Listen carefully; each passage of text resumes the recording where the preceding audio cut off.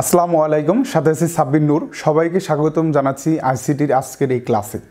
আজকের এই ক্লাসে আমরা আলোচনা করব তৃতীয় অধ্যায়ের গুরুত্বপূর্ণ একটি টপিক, সেটি হচ্ছে সংখ্যা পদ্ধতি রূপান্তর। তো এই টপিক নিয়ে ধারাবাহিকভাবে আমার ভিডিও টিউটোরিয়াল থাকবে। তো প্রত্যেকটি টিউটোরিয়ালে আমরা একটি করে রূপান্তর নিয়ে আলোচনা করব। তো সর্বপ্রথমে আমি সংখ্যা পদ্ধতি রূপান্তর বিষয়টা যদি বুঝাই, অর্থাৎ আমাদের চারটি সংখ্যা পদ্ধতি নিয়ে আমরা কাজ করছি। সেটি হচ্ছে বাইনারি, অক্টাল, ডিসিমেল এবং হেক্সাডেসিমেল। অর্থাৎ একটা সংখ্যা থেকে আর একটা সংখ্যা পদ্ধতি আমরা নিব। এটি হচ্ছে সংখ্যা পদ্ধতির রূপান্তর। সাপোজ আপনার কাছে ডিসিমেল আছে, সেই সংখ্যা পদ্ধতি আপনাকে বাইনারি বানাতে হবে। ডিসিমেল আছে, আপনাকে অক্টাল বানাতে হবে। ডিসিমেল আছে, আপনাকে হেক্সাডেসিমেল বানাতে হবে।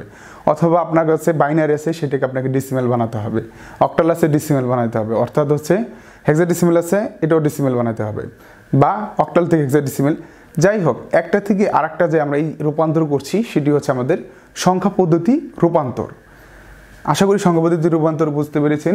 এই সংখ্যা পদ্ধতি রূপান্তরগুলো যেহেতু অনেকগুলো সংখ্যা পদ্ধতি রূপান্তর করতে হবে, একটা থেকে আরেকটা যেতে হবে, আমি আপনাদের বোঝার সুবিধার্থে এগুলোকে কিছু টাইপ আকারে ভাগ করে নিয়েছি।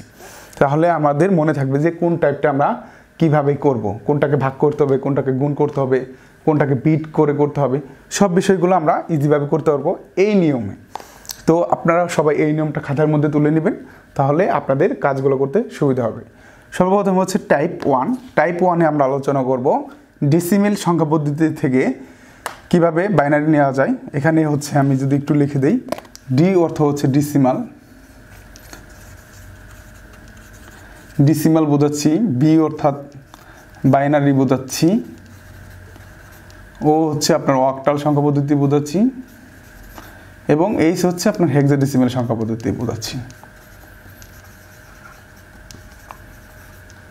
অর্থাৎ প্রথম টাইপ 1-এ যে বিষয়টি রয়েছে, সেটি ডিসিমেল থেকে বাইনারি, ডিসিমেল থেকে অক্টাল, ডিসিমেল থেকে হেক্সাডেসিমেল, এই বিষয়গুলো নিয়ে আমরা আলোচনা করব। এবং এইটি আলোচনা করার পরে আমরা সেকেন্ড টাইপে চলে যাব। এবং টাইপ 2-তে আমাদের আছে বাইনারি থেকে ডিসিমেল, অক্টাল থেকে ডিসিমেল, হেক্সাডেসিমেল থেকে ডিসিমেল। এবং সিমিলারভাবে টাইপ 3-তে আমাদের আছে বাইনারি থেকে অক্টাল, অক্টাল থেকে বাইনারি, বাইনারি থেকে হেক্সাডেসিমেল, হেক্সাডেসিমেল থেকে বাইনারি। এবং লাস্ট ওয়ান টাইপ 4-এ আমাদের অক্টাল থেকে হেক্সাডেসিমেল এবং হেক্সাডেসিমেল থেকে অক্টাল নিয়ে আমরা আলোচনা করব। অর্থাৎ আমাদের একটি সংখ্যা পদ্ধতি দেওয়া থাকবে, আমরা সেটিকে রূপান্তর করে অন্য একটি সংখ্যা পদ্ধতিতে নিব। তো আজকে আমরা শুরু করব টাইপ 1। তো টাইপ 1-এর আজকে আমরা দেখব ডিসিমেল থেকে বাইনারি। আর চলুন শুরু করি। ডিসিমেল থেকে বাইনারি টাইপ 1, আমি এগুলো মুছে দিচ্ছি। আশা করি আপনারা এইটা খাতার মধ্যে লিখে রাখবেন। পরবর্তীতে আমাদের এই বিষয়গুলো আমরা স্টেপ বাই স্টেপ করব।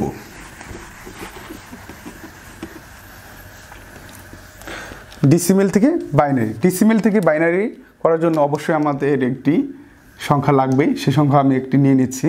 সাপোজ আমি একটি সংখ্যা নিচ্ছি 25, এবং এর বেস হবে কি, অবশ্যই যেহেতু ডিসিমেল এর জন্য হবে 10। এবং এই সংখ্যা পদ্ধতিতে আমরা রূপান্তর করব কোথায়, যে টাইপ 1-এর প্রথম নিয়মটি সেটি ডিসিমেল থেকে বাইনারি। এর জন্য আমি ব্র্যাকেট দিয়ে প্রশ্নবোধক চিহ্ন দিচ্ছি এবং বেস 2 দিয়ে দিচ্ছি। অর্থাৎ এই প্রশ্নবোধকের এখানে হবে এই ডিসিমেলটার বাইনারি মান আমরা যা বের করব। এখন ডিসিমেল থেকে বাইনারিতে রূপান্তর করার জন্য আপনাকে যে নিয়মটি ফলো করতে হবে, সেটি এটি ভাগ করতে হবে। এবং যে সংখ্যা পদ্ধতিতে রূপান্তর করবেন তার বেস দিয়ে, যেহেতু আমরা কত দিয়ে ভাগ করবো, 2 দিয়ে। 2 দিয়ে কেন 2 দিয়ে ভাগ করব, কারণ আমরা ডিসিমেলকে বাইনারিতে নিতে চাই। এখন দেখি আমরা কিভাবে করব। এটি 25, এরকম একটি চিহ্ন দিব এবং যে সংখ্যা দিয়ে ভাগ করব সেই সংখ্যাটা এখানে লিখবো। কিন্তু 2 দিয়ে ভাগ করব। কেন 2 দিয়ে ভাগ করবো, কারণ এই সংখ্যাটাকে আমরা কি করতে চাই, বাইনারিতে নিতে চাই। তো বাইনারিতে দিয়ে ভাগ করলে কত আসে, 2 25-এর মধ্যে কয়বার যায় দেখেন। 2কে যদি আমি 25-এর মধ্যে ভাগ করি, তাহলে 12 বার যায়। 12 দুগুণে 24 এবং ভাগশেষ থাকে 1। ভাগশেষটা এই দিকে লিখে দিব। এই বিষয়টা আমি আবার যদি আপনাকে আমাদের ছোটোবেলায় ফিরে যাই, তো ছোটোবেলায় আমরা এইভাবে অঙ্ক করতাম। 2 25-এর মধ্যে 12 বার যাচ্ছে, 12 দুগুণে 24 এবং এখানে হবে আপনার 24, ভাগশেষ থাকবে, এই বিয়োগ করলে কত থাকে 1। এটা আপনার ভাগফল, এটা আপনার ভাগ ফল, এটা আপনার ভাগ শেষ। অর্থাৎ এখানে হচ্ছে 2 25-এর মধ্যে ভাগ দিচ্ছি, 12 বার যাচ্ছে। এই ভাগফলটা আমরা প্রথমে নামাবো এবং এই একটু মাইনাসের মতো চিহ্ন দিয়ে, যদিও এটা মাইনাস না, দুইটাকে সেপারেট করার জন্য এটা দেওয়া হয়েছে। এটা দিয়ে আমরা কি লিখবো এখানে 1, অর্থাৎ ভাগশেষটা আমরা ডান দিকে লিখবো আর বাম দিকে হচ্ছে আমাদের ভাগফল থাকবে। এইভাবে আমাকে ভাগ করে যেতে হবে। কতক্ষণ পর্যন্ত ভাগ করব? যতক্ষণ পর্যন্ত না ভাগফল শূন্য হয়। কি হয়? ভাগফল অর্থাৎ শূন্য বানাতে হবে, ওই পর্যন্ত আমাকে ভাগ করতে হবে এবং ভাগশেষগুলো আমার রেজাল্ট হবে। চলুন আমরা করি। 2 12-এর মধ্যে আবার দেই, কয়বার যায়? 6 দুগুণে 12 এবং ভাগশেষ থাকে, কোনো ভাগশেষ থাকে না, এর জন্য 0। কীভাবে হইলো আমি আবার যদি একটু করি, 2 12-এর মধ্যে যাবে 6 বার, 12 হবে এবং ভাগশেষ কত আসছে? 0। এই 0টা কিন্তু এখানে নামাই দিচ্ছি এবং ভাগফলটা এখানে করেছি।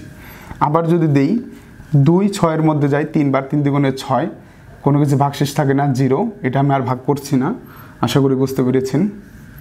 2 3-এর মধ্যে ভাগ করলে থাকে, একবার যায় 2 1 2 এবং এক ভাগশেষ থাকে, এর জন্য 1 এখানে লিখে দিচ্ছি। এবং আমাদের কিন্তু এখনও ভাগফল শূন্য আসে না, এ পর্যন্ত আমাদের কী করতে হবে? ভাগ করতে হবে। আবার 2 1-এর মধ্যে ভাগ করব।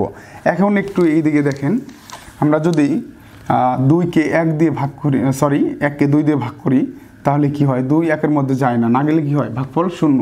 যে সংখ্যাটা থাকে সেটাই কি আমাদের ভাগশেষ, অর্থাৎ শূন্যটা আমরা কি করব? এই শূন্যটা এখানে নামাবো। যেহেতু কোনো কিছু থাকে না, এই সংখ্যাটাই থাকে, তাহলে এটাই হচ্ছে ভাগশেষের এখানে আমরা নামাবো। আমরা রেজাল্টগুলো হচ্ছে নিচ থেকে উপর দিকে হচ্ছে আমরা এই রেজাল্টগুলো লিখব।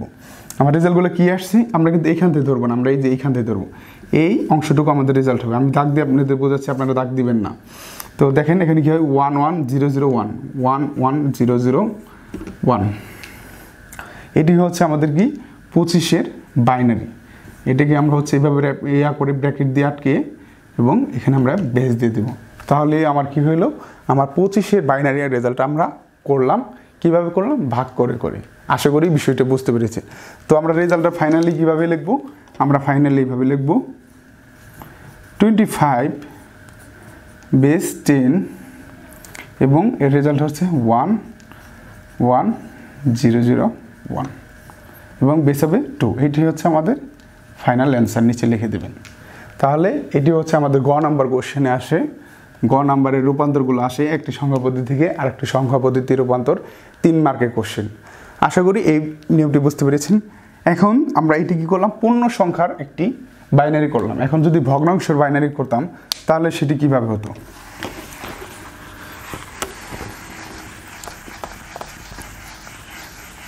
এবং ভগ্নাংশ যদি করতাম তাহলে হচ্ছে আমাদের সেই বিষয়টা কীভাবে করতে হয় এখন হচ্ছে সেটি নিয়ে আলোচনা করছি।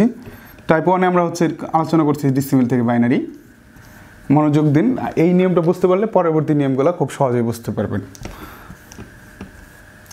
তো আমরা হচ্ছে পূর্ণ সংখ্যা নিয়ে আলোচনা করছি। এখন হচ্ছে ভগ্নাংশ এবং পূর্ণ সংখ্যা সহই করি, তাহলে হচ্ছে সবচেয়ে ভালো হবে। 15.25 এরকম একটি যদি সংখ্যা নেই আমি, 15.25 বেস হচ্ছে 10, এটিকে আমাকে রূপান্তর করতে হবে হচ্ছে আপনার বাইনারিতে। তাহলে কি করব? 15 একটা অংশ, 25 একটা অংশ, দুইটা অংশকে আমাকে আলাদাভাবে করতে হবে। শুধু দশমিক দেওয়া থাকলে, 0.25 যদি দেওয়া থাকতো তাহলে শুধু দশমিকেরটা করতাম। যেহেতু আমাদের দুইটি অংশ দেওয়া রয়েছে, এর জন্য আমার দুইটি অংশ করতে হবে। সর্বপ্রথম আমি 15 করে নিচ্ছি। 15কে বাইনারিতে করতে চাই, এর জন্য বাইনারি বেস দিয়ে আমাকে ভাগ করতে হবে। 215-এর মধ্যে যাই হচ্ছে আপনার 7 বা 7 দুগুণে 14 এবং ভাগশেষ থাকে 1, 1টা আমি এখানে লিখে দিচ্ছি। সিমিলারভাবে 27-এর মধ্যে যাই হচ্ছে আপনার 3 বার, 3 দুগুণে 6, ভাগশেষ থাকে 1। সিমিলারভাবে 2 3-এর মধ্যে যাই একবার, ভাগশেষ থাকে 1। 2 1-এর মধ্যে ভাগ যায় না, এর জন্য ভাগফল হয় 0 এবং এই 1টাই ভাগশেষ হিসেবে থাকে।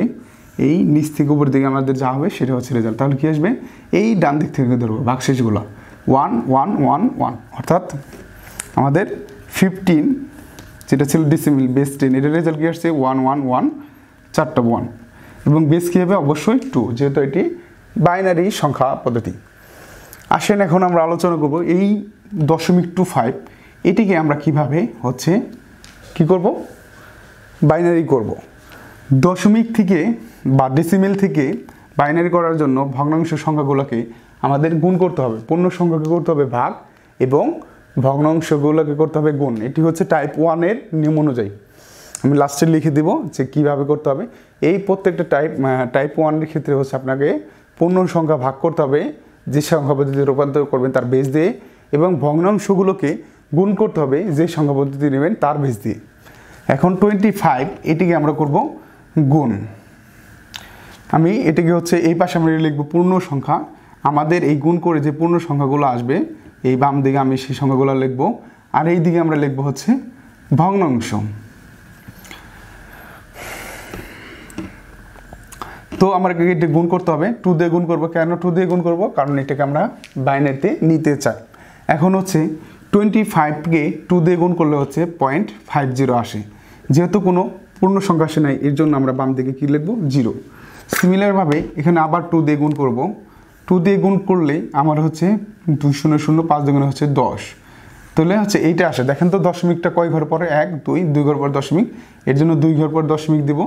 যেহেতু 2 ঘর পর দশমিক দেওয়ার পরবর্তীতে আমার 1টা পূর্ণ সংখ্যা চলে আসছে, এই 1টা আমি হচ্ছে বাম দিকে লিখে দেব।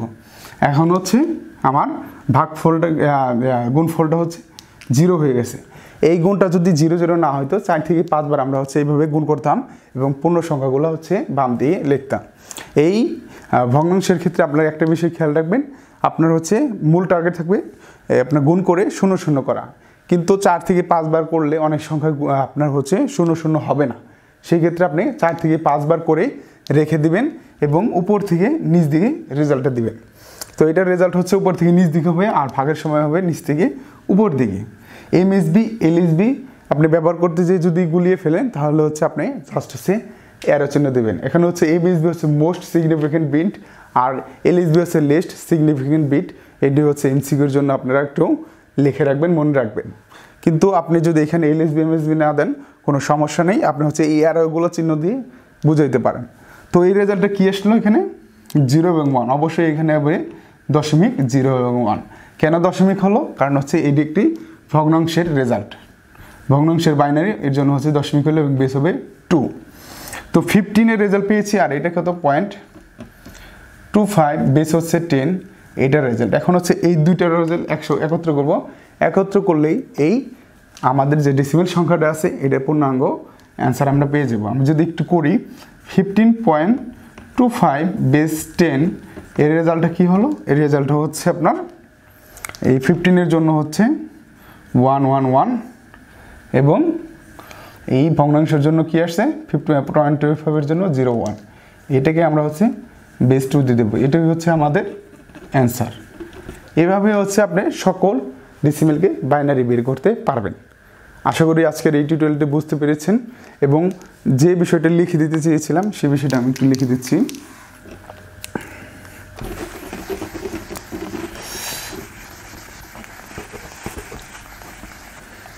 তো আমাদের টাইপ 1 এর ক্ষেত্রে যে রুলসটা সেটা হচ্ছে আমি লিখে দিচ্ছি, পূর্ণ সংখ্যাকে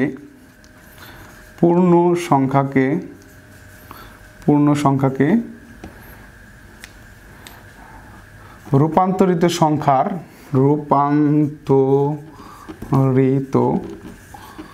সংখ্যার বেস দিয়ে ভাগ করতে হবে। এখানে আমরা কি লিখলাম? পূর্ণ সংখ্যাকে রূপান্তরিত সংখ্যার বেস দিয়ে ভাগ করতে হবে, মানে পূর্ণ সংখ্যা যে দেওয়া থাকবে সেটি হচ্ছে আমরা যে সঙ্গে রূপান্তর করব তার বেস দিয়ে ভাগ করব। সিমিলারভাবে আমরা হচ্ছে ভগ্নাংশকে কী করব? ভগ্নাংশকে রূপান্তরিত সংখ্যার বেস দিয়ে কি করতে হবে? গুণ করতে